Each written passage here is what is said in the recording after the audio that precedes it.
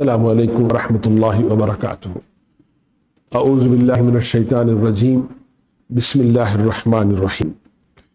وقال الذین اشرکوا لو شاء اللہ ما عبدنا من دونہ من شیء نحن ولا آباؤنا ولا حرمنا من دونہ من شیء کذلک فعل الذین من قبلہم فہل علی الرسل الا البلاغ المبین۔ صدق اللہ العظیم۔ رب اشرح لی صدری ویسر لی امری واحلل عقدۃ من لسانی یفقہوا قولی۔ سورۃ النحل آیت نمبر 35 سے بات کا آغاز کرنا ہے۔ اس سے پہلے والی آیات میں جب دوزخیوں کی یا وہ لوگ جو اپنے آپ پر ظلم کرتے تھے ان کی جان نکالنے کا جب مرحلہ آئے گا تو اس وقت ان کے ساتھ کیا ہوگا، ان کا رویہ کیا ہوگا۔ متقی لوگ ان کے پاس جو فرشتے ان کی جان لینے کو آئیں گے تو ان کے ساتھ کیا معاملہ ہوگا، اس کا ذکر فرمایا۔ پھر اس کے بعد اللہ تعالیٰ نے حشر کا میدان اور وہاں بتایا کہ ان کے اعمال ہی ہیں جو ان کو چپ جاتے ہیں۔ اب ان آیات میں اللہ تعالیٰ نے ایک اور بے بنیاد کمزور دلیل جو مشرکین دیا کرتے تھے اس کا ذکر کیا اللہ نے، بلکہ آج بھی لوگ اسی کو دہراتے ہیں، وہی تقدیر کا بہانہ جسے لوگ استعمال کرتے ہیں جب کوئی کام کو کرنا نہیں ہے، بالخصوص دین کے معاملے میں۔ آیت سنیے گا، وقال الذین اشرکوا، اور کہا ان لوگوں نے جنہوں نے شریک ٹھہرایا، یعنی اللہ کے ساتھ شریک ٹھہرایا، اس کے حقوق میں، اس کے صفات میں دوسرے لوگوں جو وہ شریک کرتے ہیں۔ جب اسے یہ پوچھا جاتا ہے کہ بھئی آخر جو تم دوسروں کو اللہ کے ساتھ شریک کرتے ہو نا، اس کی تمہارے پاس کیا دلیل ہے؟ کیا کوئی عقلی دلیل ہے؟ کیا کوئی نقلی دلیل ہے کہ بھئی فلاں صاحب نے کہا، فلاں صاحب نے کہا؟ یا کوئی کتابی دلیل ہے، الہامی کتابوں میں اس طرح سے ہے؟ تمہارے پاس میں کیا دلیل ہے؟ تو ان کا جواب کیا ہوتا تھا وہ سنیے گا۔ وقال الذین اشرکوا، اور کہا ان لوگوں نے جنہوں نے شرک کیا، لو شاء اللہ، اگر چاہتا اللہ، ما نہیں، نہ، عبدنا ہم عبادت کرتے، من دونہی اس کے سوا، من شیئن کسی بھی چیز کے، نحن ولا آباؤنا نہ ہم اور نہ ہمارے باپ دادا۔ یہ ان کی جو ہے وہ بہت بڑی دلیل ہے۔ دیکھیے گا اس دنیا میں دو چیزیں ہیں، ایک اللہ کی مشیت ہے، دوسرا اللہ کی رضا ہے۔ دنیا میں جو کچھ بھی آج ہوتا ہے وہ اس میں کوئی شک نہیں کہ وہ اللہ کی مشیت ہی سے جو ہے وہ ہوتا ہے۔ اللہ کا قانون ہے کہ اگر آپ کسی کام کو جو قانون فطرت ہے اس حساب سے آپ کریں گے نا تو لازماً اس کے اثرات جو ہے وہ ظاہر ہوں گے۔ جیسے کسی نے تلوار چلائی تو سر کاٹے گی، کسی نے سنکھیا زہر کھایا اسے تو مرنا ہی مرنا ہے۔ یہ اصول ہے، لوگ مرتے ہیں، لوگ قتل کر دیے جاتے ہیں، اس کا معنی یہ نہیں ہے کہ اللہ اس پر راضی ہے، ایسا نہیں ہے۔ اللہ کی مشیت ہے، اللہ نے قانون بنا دیا، تلوار اٹھاؤ گے چلاؤ گے تو مرے گا انسان سامنے والا، یہ اس کی مشیت ہے۔ رضا کیا ہے؟ رضا یہ ہے کہ تم اسی تلوار کو جب وقت آئے تو اللہ کے دشمنوں کے خلاف استعمال کرو، یہ اس کی رضا ہے۔ تو ان دونوں میں انسان کو فرق کرنا چاہیے گا۔ قرآن مجید نے اصول بتایا ہے، تم جیسا چاہو گے ویسا اللہ کر دے گا۔ سورہ صف میں اللہ نے فرمایا فَلَمَّا زَاغُوا أَزَاغَ اللَّهُ قُلُوبَهُمْ، جب ان کے دل خود ٹیڑھے ہو گئے تو اللہ نے کہا کہ ٹھیک ہے، اگر تم غلط راستے پر جانا چاہتے تو جاؤ، اس میں اللہ کی کیا پڑی ہے۔ سورہ تغابن آیت نمبر 6 میں مضمون ذرا کھل کر آیا ہے، ذَلِكَ بِأَنَّهُ كَانَتْ تَأْتِيهِمْ رُسُلُهُم بِالْبَيِّنَاتِ، ان کے پاس آئے رسول ان کے واضح نشانیوں کے ساتھ۔ فقالوا، انہوں نے کہا، أَبَشَرٌ يَهْدُونَنَا، کیا اب انسان ہمیں ہدایت دیں گے؟ فَكَفَرُوا، انہوں نے اس کا انکار کیا، وَتَوَلَّوْا، اور وہ پیٹ پھیر کر چل دیے۔ وَاسْتَغْنَى اللَّهُ، اب ظاہر بات ہے انہوں نے ایسا کیا، اللہ بھی ان سے بے پرواہ ہو گیا۔ واللہ غنی حمید، اللہ تو ہے ہی بے نیاز اور اپنی ذات میں آپ محمود ہیں۔ اسے کیا پڑی ہے کہ زبردستی لوگوں کو جو ہے وہ اسلام کی، ایمان کی یا اطاعت کی دعوت دے، دولت دے۔ دعوت تو سب کو دیتا ہے، ارادہ تمہارا اپنا ہوگا، کاسٹنگ ووٹ تمہارا اپنا ہوگا۔ قرآن مجید میں ایک وہ بیش 4 مقامات پر جہاں مخالفی انبیاء نے تقدیر کا بہانہ کر کے بات کو جو ہے دوسروں کی طرف ڈالا ہے۔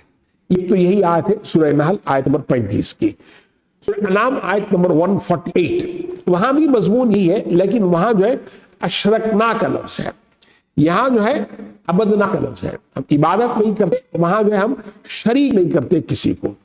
پھر سورہ یاسین آیت نمبر 47، بڑا خوبصورت انداز ہے، بڑی خوبصورت ظاہر خوبصورت دلیل ہے ان کی۔ انہوں نے کہا وَإِذَا قِيلَ لَهُمْ أَنفِقُوا مِمَّا رَزَقَكُمُ اللَّهُ، جب ان سے کہا جاتا ہے کہ بھئی جو اللہ نے تمہیں دیا ہے اس میں سے تم انفاق کرو، لوگوں کی مدد کرو، قَالَ الَّذِينَ كَفَرُوا، تو جن لوگوں نے کفر کیا وہ کہتے ہیں لِلَّذِينَ آمَنُوا، ان لوگوں سے جو ایمان لائے ہیں، کیا کہتے ہیں؟ أَنُطْعِمُ مَن لَّوْ يَشَاءُ اللَّهُ أَطْعَمَهُ إِنْ أَنتُمْ إِلَّا فِي ضَلَالٍ مُّبِينٍ، جن کو اللہ خود کھلانا نہیں چاہتا ہے، خود پلانا نہیں چاہتا ہے، اللہ ان کو خود غربت میں رکھنا چاہتا ہے، آپ ان کو مالدار بنانا چاہتے ہیں، آپ ان کو کھلانا چاہتے ہیں۔ بے شک آپ تو بڑی کھلی گناہی میں پڑے ہوئے، اللہ نے خود نہیں کہا نا، اگر چاہتا تو اللہ خود دے دیتا۔ یہ ان کی ایک دلیل تھی۔ اب بظاہر بڑی خوبصورت دلیل ہے۔ سورہ زخرف آیت نمبر 20 میں بھی یہ 4 مقام ہے جہاں یہ مضمون آیا، وہاں انہوں نے، یہاں اللہ ہے وہاں رحمان کا لفظ ہے، وہاں انہوں نے کہا کہ رحمان نے نہیں چاہا تو ہم نے اس کی عبادت نہیں کی، رحمان چاہتا تو ہم دوسروں کی عبادت کیوں کرتے تھے۔ یہ وہ بات ہے جو قرآن مجید جو ہے ہمارے سامنے رکھتا ہے۔ اگر آپ اس پر غور کریں نا تو یہ شیطان کی بیماری ہے، اس نے بھی اسی چیز کو اللہ کے خلاف استعمال کیا تھا۔ وہ بات ہم دیکھ چکے ہیں سورہ ہجر آیت نمبر 39، قال ربی بما اغویتنی، تو نے مجھے گمراہ کر دیا، تجھے پتا ہے کہ میں آگ سے بنایا گیا ہوں، مجھے جلدی غصہ آتا ہے، اور تو نے کام ہی ایسا کرنے کو کہا کہ آدم کو سجدہ کرو، مجھے غصہ گیا، میں تو ٹھیک ٹھاک عبادت میں مشغول آدمی تھا۔ یہ وہ دلیل تھی اس کی۔ اصل بات یہ ہے کہ جب آدمی کو کوئی اختیار نہیں ہے تو ظاہر بات ہے پھر تو مجبور محض ہے، اس کا کوئی وہ فائدہ نہیں ہوگا۔ اس پر اگر وہ احتجاج کرتا ہے کہ آپ نے مجھے خواہ مخواہ جو ہے اختیار نہیں دیا، میں نے غلطی کر دی اور آپ مجھ پہ جہنم میں ڈال رہے ہیں۔ ہاں، اس کے برعکس آپ کو اختیار ہے، آپ کے سامنے دونوں راستے واضح ہیں، غلطی ہو گئی تو توبہ کرنے کا موقع بھی آپ کو ہے، تو اب اس کے بعد تقدیر کا بہانہ جو ہے یہ درست بات نہیں ہے۔ زندگی میں آپ ذرا غور کر دیکھیے گا، دنیا کے کسی بھی کام میں ہم یہ نہیں کہتے کہ بھائی اللہ کھلائے گا میں گھر میں بیٹھا رہوں گا، نہیں بھائی، وہ آدمی جسے کام کو جانا پسند نہیں ہے وہ بھی الارم رکھ کے سوتا ہے کہ بھئی اتنے بجے اٹھنا ہے، اس لیے کہ صبح کام پہ جانا ہے نا، وہ رضا سے نہیں جا رہا ہے لیکن مجبوری ہے، جانا ہے نا۔ لیکن دین کے معاملے میں اکثر لوگ اسی دلیل کو لے کر آتے ہیں، اللہ نے نہیں چاہا۔ حدیث سنیے گا، بخاری کتاب التہجد کی روایت ہے، ایک رات رسول اکرم صلی اللہ علیہ وسلم حضرت علی و فاطمہ کے گھر آئے اور کہا تم تہجد نہیں پڑھتے؟ علی نے کہا یا رسول اللہ ہماری جان اللہ کے ہاتھ میں ہے، جب وہ اٹھانا چاہے گا اٹھا دے گا۔ جب میں نے یہ کہا تو رسول اللہ واپس تشریف لے گئے اور مجھے کچھ نہ کہا۔ وہ واپس جا رہے تھے تو اپنی ران پر ہاتھ مار رہے تھے اور میں نے سنا آپ کہتے جاتے تھے وَكَانَ الْإِنسَانُ أَكْثَرَ شَيْءٍ جَدَلًا، بڑا بحث کرنے والا ہے انسان۔ تو یاد رکھیے گا اس حدیث سے ایسا نہیں ہونا چاہیے کہ ہم اسے ہر جگہ استعمال کریں۔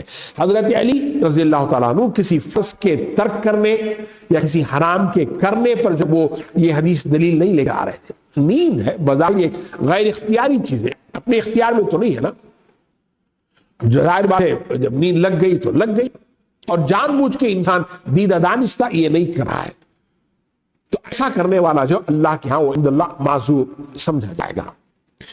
بہرحال تو اللہ کی مشیت کو گناہ کے لیے بہانہ بنانا درست نہیں ہے۔